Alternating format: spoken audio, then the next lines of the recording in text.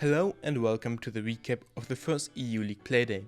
In this video I will go over all the matches that have been played and how the teams are looking after their first results.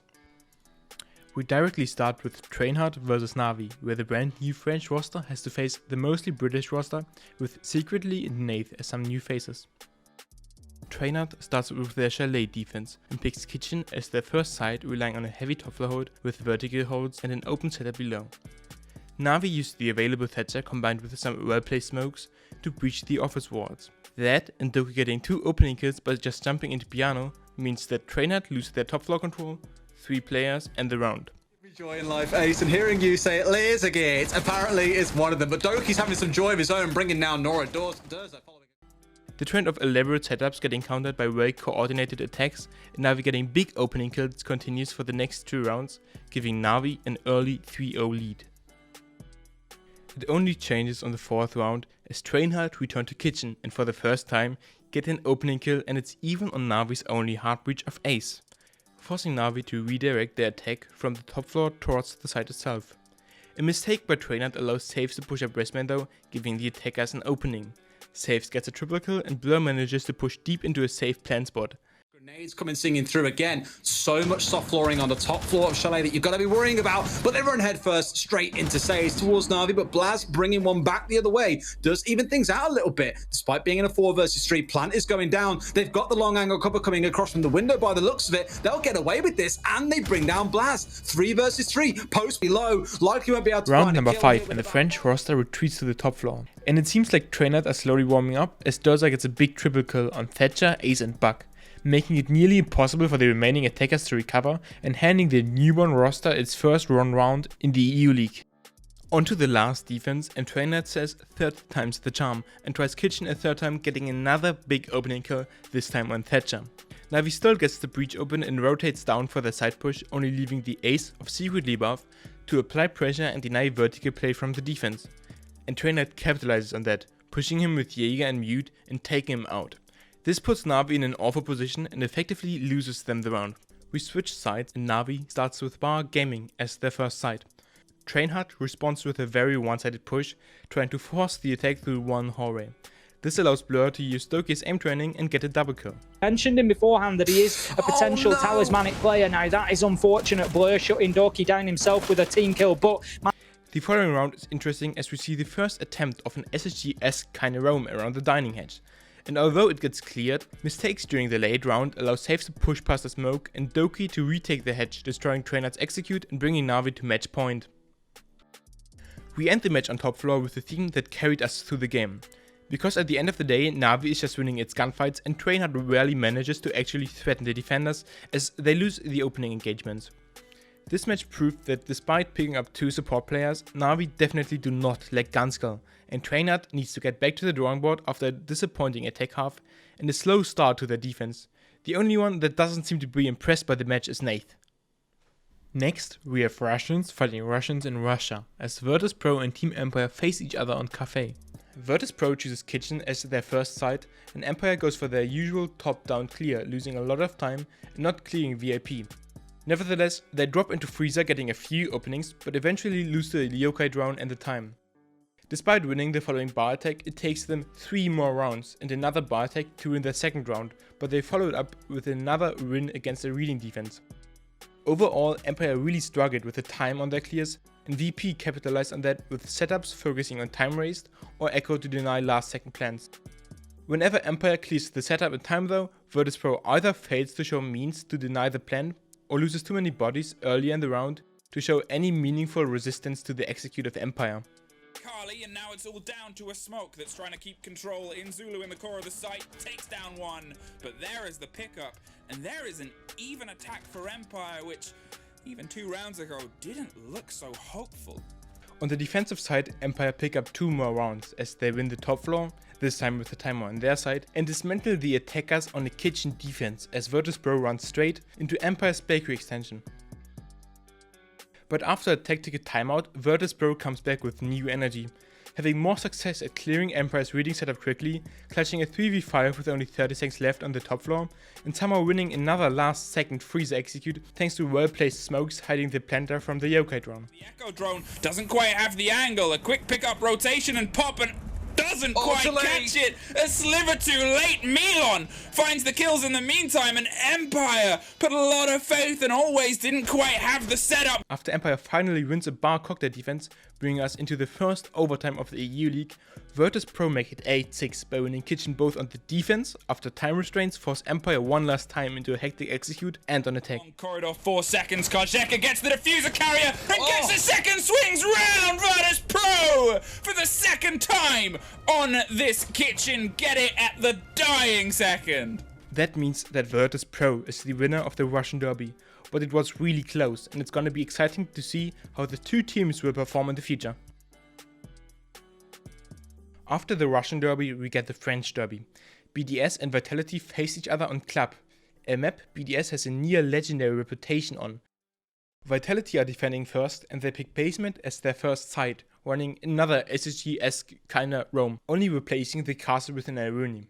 BDS is forced to clear the roam, losing a lot of time and drones without even killing a defender. That, combined with Vitality using impact tracking to deny BDS from breaching the kitchen hedge, creates the ideal outcome of every SSG roam. With 15 seconds left in a 5v5 and barely anything opened, BDS has to just walk into sight from Moto and Blue and get slaughtered by the crossfires of Vitality. This round, despite a lack of castle, could be used as an ad for the SSG roam. Down Blue stairs, he's looking to get control over that boiler area, and this is really essential to an attack down on the basement, is to get multiple avenues of attack. If you try to move in from one location, you stand very little chance, and standing very little chance right now is BDS, as Vitality absolutely demolish them, Des. They take them apart one piece at a time, and they leave them in the dirt.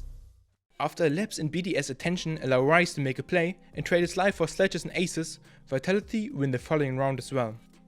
It's only on the third round we see BDS's pinpoint precision and coordination again, with a very interesting way of making sure the CC wall gets opened. They throw a Thatcher on the roof to disable bandits, Sophia stun the bandit through the drone hole, and nade him from outside main entrance instead of outside CC window.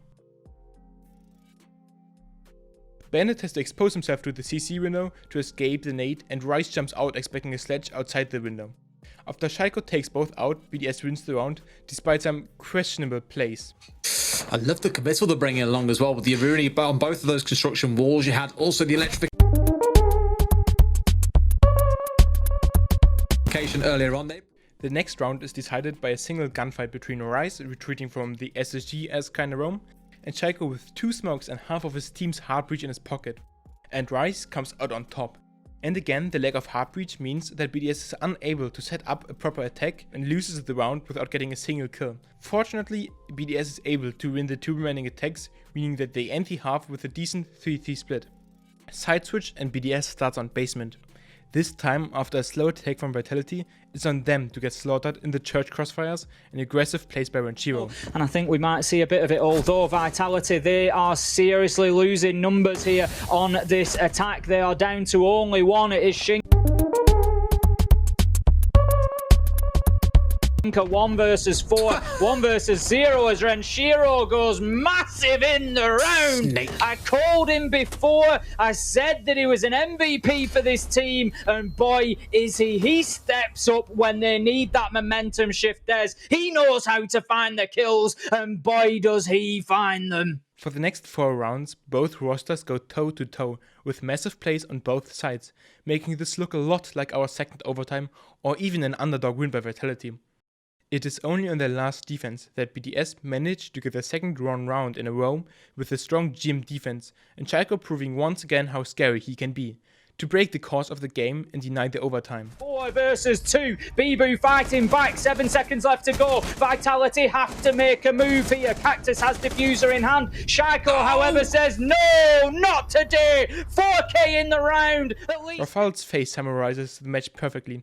BDS walk away with 3 points, but this was way too close for comfort. BDS needs to fix some mistakes we have never seen from them before, and Vitality might be stronger than we thought. After the Russian and French derby, we have the relegation derby, I guess. It's the sleeping giant against the rising star, Rogue against Cowana. The map is coffee and we start with Rogue's defense of bar, giving us an impression of how the match will go. A single defender pushing red stairs gets the map going with a 1-for-1 trade. Cowana is struggling to open the walls necessary for a plant and has to push deep into bar. Despite losing the Yarn of Grizzly too early and Kenru struggling to find his way through the no man's land that the bar area is, 2 untradeable peaks from Rogue allow Cowana to get away with a round win. Still keeping a bit of Overwatch above 40 seconds, so they will have to descend at some point, and that's those flash canisters trying to burn themselves an angle and a method of approach. Anarchic drives himself closer and finds the header rips and puts them into a 2 versus 2 with Cowana able to drop their way in, and the pre-fire takes care of Corey. Second round and a failed top-down clear followed by a failed bakery push followed by some sort of dark magic means that Cowana loses their kitchen attack. Christ compels you! The power of Christ compels you! The power of Christ compels you! Nevertheless, Cowana is looking strong. They win 3 more attacks, also featuring the pattern of weird aggressive plays from Rogue and a great execute from Bakery onto the kitchen by Cowana. But so far, not really the case yet, as Sloth is waiting to get his, reaching round out, dealing a bit of damage. Cowana will go down in the meantime, and we're finding ourselves in a 5v4 situation, but the plant is going down next to the reinforced wall, and there's a smoke covering it off, and that means we will be entering a 4v4 after plant situation soon. And look at the position of Sloth. He's just hiding all the way in the actual side. It's of course a team kill coming down right now. It's crying to take down aces. These aggressive plays combined with untradeable deaths from the side of Cowana are also what makes Rogue win the final defense and go into the attack with at least a 2-4 split though. First attack for Rogue, and after losing aces alone very early, they fail to get a clear push going, and with the dark magic on the side of Cowana this round, they lose it decisively. And unfortunately running in the spot. Next attack, and after a pretty successful roam clear, Rogue is the 3rd team today to lose to the timer on a kitchen attack. Match point for Cowana, and we actually see a mining fireplace defense. Rogue once again goes for an aggressive play that Reaper summarizes quite well. Let's look at what these guys are up to. Steady descent starts to come through, and Grizzly finds one and Anarchic finds 2. Yeah, let's coin flip the entire game, because we're Rogue, we're cool. I don't even want to continue watching. At least the game is over after this. After that, the round is pretty much over, and Sloth closes it out. Same time, and as Sloth now picks up the kill and rips it all up to Leo now. Manages to get 1 for his efforts. Hopes to go for the ace clutch right here. And if he manages to pull it off, it will be a very big play. A very Lordlian play, so to say, but he will be taken down from above. Sloth gets the final kill with the pistol. You can see how happy they are. It's their first game in EUL. It's their first win in EUL. And it's Cowana that is showing the world that Rogue is definitely not back yet. Rogue are still looking shaky, and Cowana have definitely proven their power when it comes to coordination and team play. It will again be exciting to see how the next matches for Rogue will be, with Meepy as their coach trying to get them into a bit better shape.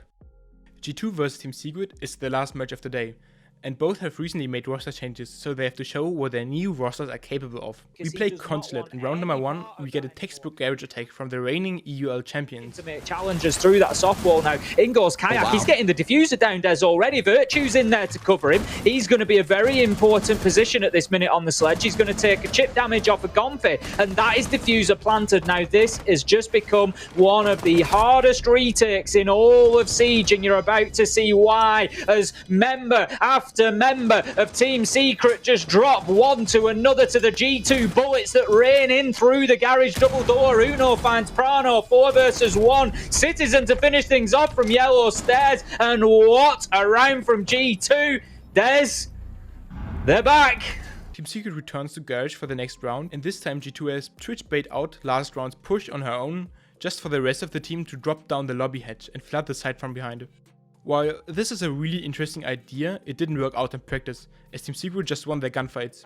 And the push continues in from the front side, but this time Secret are much more prepared.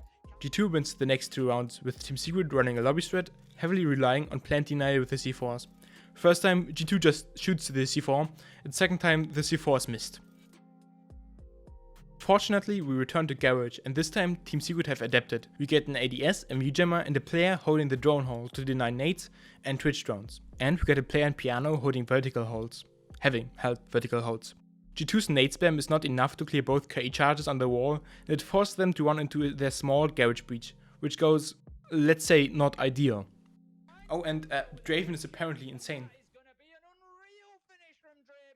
Gamers 2 also loses their last attack, being unable to transform their top floor clear into an execute due to aggressive plays from Team Secret, who are also flanking top floor at the same time. Sides switch at a 3-3 split, and we are seeing a lobby defense. At this point I just want to point out that we've seen Aruni in about 50% of the defenses so far. Anyway, Team Secret gets 4 kills while clearing the map by just winning their gunfights again, and G2 failing to trade any of them. Next round is another win for Team Secret, as they take G2's CO defense apart step by step. After another round of the G2 greatness we've been missing so far, where aggression from Kanto and friendly fire wins them a garage defense with only a single casualty, Team Secret pays them back on the next Archives attack by getting a big opening kill and half of G2's ability to C4 the plant on an Archives defense and massacring the 2 remaining roamers in admin to basically decide the round. A weird series of solo gunfights in favor of G2 allows the champions to pull themselves 1 round closer to OT, as a strange kind of rush on Archives from Team Secret fails. Unfortunately, G2 doesn't manage to continue the success of their last garage defense. Team Secret finishes the playday with a garage attack, relying on a lot of vertical play, and Uno to not have played aim labs. It's a garage post plan, so the attackers win, and Team Secret proves their roster moves right, while G2 seems to need more time to get used to the new lineup.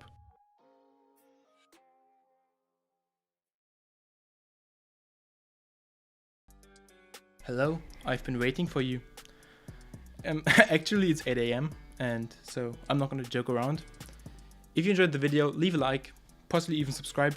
I'm definitely going to continue making these videos for each playday. And at the end I just want to say a huge thanks to Pinwolds, who made these videos a while ago and who basically allowed me to copy this concept. That being said, yeah, see you next week.